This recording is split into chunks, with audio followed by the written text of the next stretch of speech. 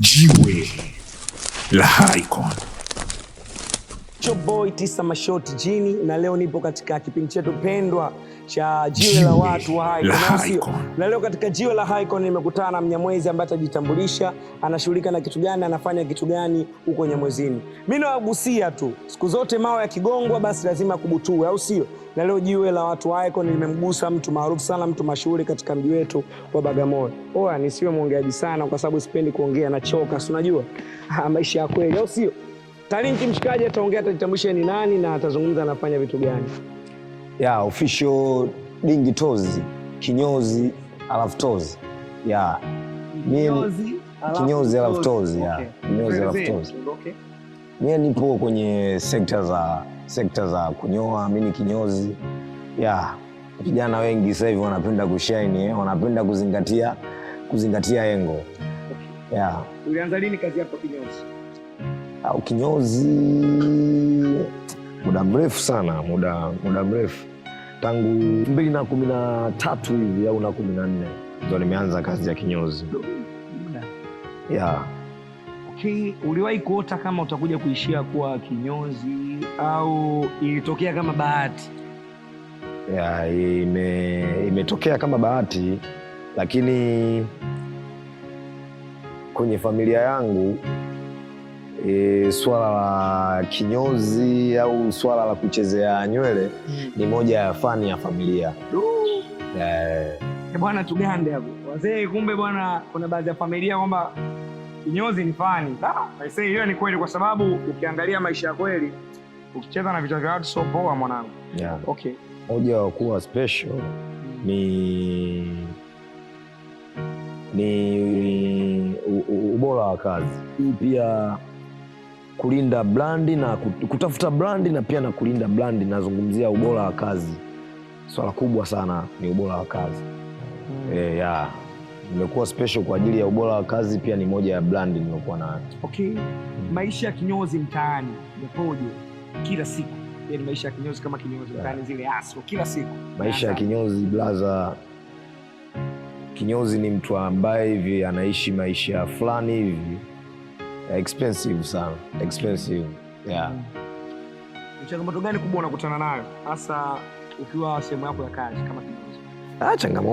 Changamoto nyingi sana mzee, nyingi mno.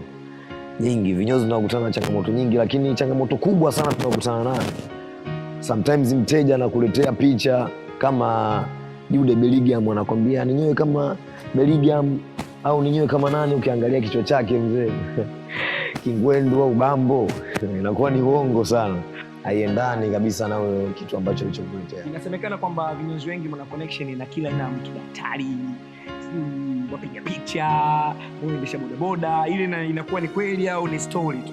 Of course, ni moja ya cycle yetu, ni moja ya cycle. Kama unafanya kazi vizuri utakutana na watu wengi sana. Susani kama mimi sometimes naweza ukanikuta sehemu nimekaa na mtu hivi mzito, mtu mpaka ukajishangaa kwamba Dingi Tozi hapa kafuata nini kwa kiongozi kama huyu. Lakini inakuwa ni normal. Unakuta mchizi yupo kwenye cycle yangu, anakuja ofisini, tunafanya kazi na uaminifu upo mkubwa tu. Okay, katika pita zangu hapa unajua nakuwa na share na watu hii content, wanaangalia, wana comment. Bwana wanasema kwamba kuna story gani ya mteja ambayo huwezi kuisahau katika career yako ya kinyozi? At least moja tu kali ambayo huwezi kuisahau, story ya mteja. Story ya mteja. Mteja ana story nyingi brother. Mteja ana story nyingi sana. Ndio. Lakini moja ya story zipo nyingi. At least moja fupi ambayo mtazamaji wa kipindi cha Jiwe la Icon anaweza kushare na jamii husika, akaelewa kitu na akajua changamoto ambazo mnakutana nazo kama vinyozi. At least fupi. Moja story bwana. Kuna siku nililetewa story na jamaa. Alikuwa anamzungumzia demu hivi. Alafu yule demu mimi alikuwa ni shemeji yangu. Alikuwa ni shemeji yangu. Mambo ya mashemeji. Sasa ni changamoto kubwa sana. Basi. Bwana, kuna some status tutaki kuziongelea, lakini kumbuka ni Jiwe la Icon na tunafufua vitu. Jiwe likikupiga limekupiga, au sio? Na leo limempiga kinyozi Tozi au sio? Unadhani vijana wengi wanaweza kuishi kwenye hii kazi au wengi wanaidharau? Wewe unaamini vipi kwenye kazi yako kama kinyozi? Mimi naamini nitatoboa kupitia hii kazi ambayo naifanya, na so nitatoboa tu, hata mifumo au future zishakuwa hivi, yani zimeshanyooka. Ni swala la muda tu ili mambo yakae sawa. We go through personal and some emotion, au sio bro? Mbali na maisha yako ya kinyozi binafsi, sawa, maisha yako ya duniani, kuna maanisha ukiachana kinyozi, maisha yako binafsi yako? Maisha yangu binafsi yako poa sana, nashukuru Mungu. Kazi ya kinyozi imenitengenezea maisha fulani hivi ambayo yako poa sana. Poa na watu.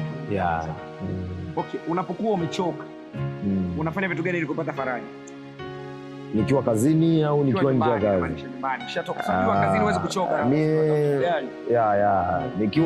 Nikiwa nyumbani napenda sana kusikiliza music, lakini kitu changu kikubwa sana ambacho napenda nikiwa nimechoka, huwa napenda sana kuangalia movie. Nafuatilia sana movie. Mapenzi yamesha kuvuruga kazi yako? Sio mapenzi changamoto mzee. Mapenzi kuivuruga kazi.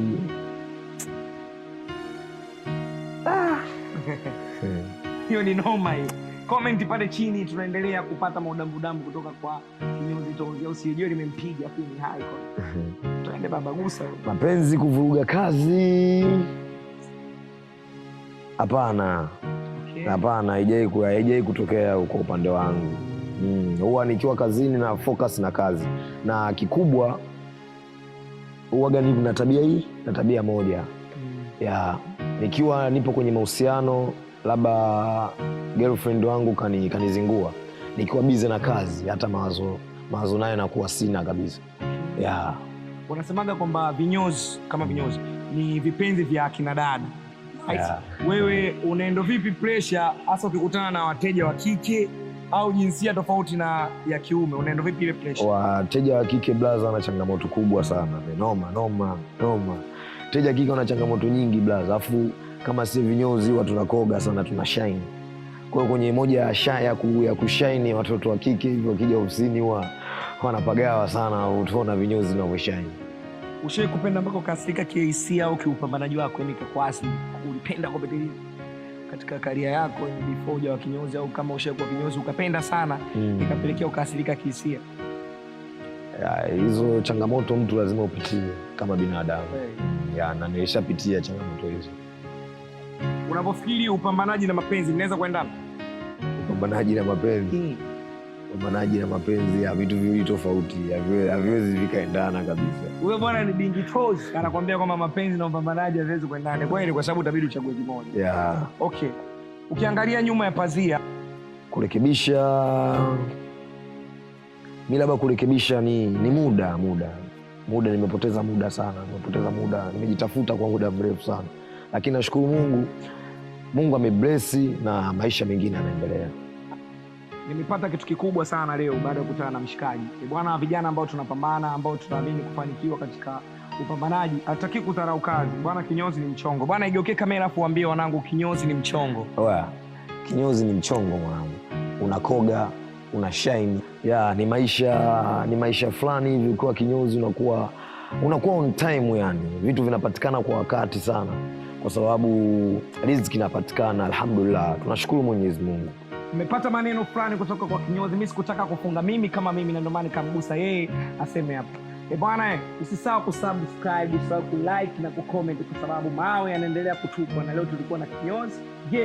Can you guess mtu gani anakuja katika episode inayokuja? Bwana, anayekuja ni wa moto sana, au sio? Mimi ni Mnyamwezi Tisa Mashoti Jini himself, nilikuwa kwenye jiwe la watu wako na nimeshine kama kawaida yangu. Bwana, nisione nipo hivi nimepoa na nini. Bwana, hata yengo alizingatia mshikaji, ndio maana leo nimeamua kula naye maua hapa. Kwa hiyo mwanangu, shout out sana mzee wa kazi, karibu sana, na mawe endelee kutupwa. Umewapa 2-3 vijana, naamini umeenda kubadilisha kitu katika life status yao. Nyuma kamera inaibuka, tukutane katika episode inayokuja, ni ya moto. Shout out. Jiwe la Icon.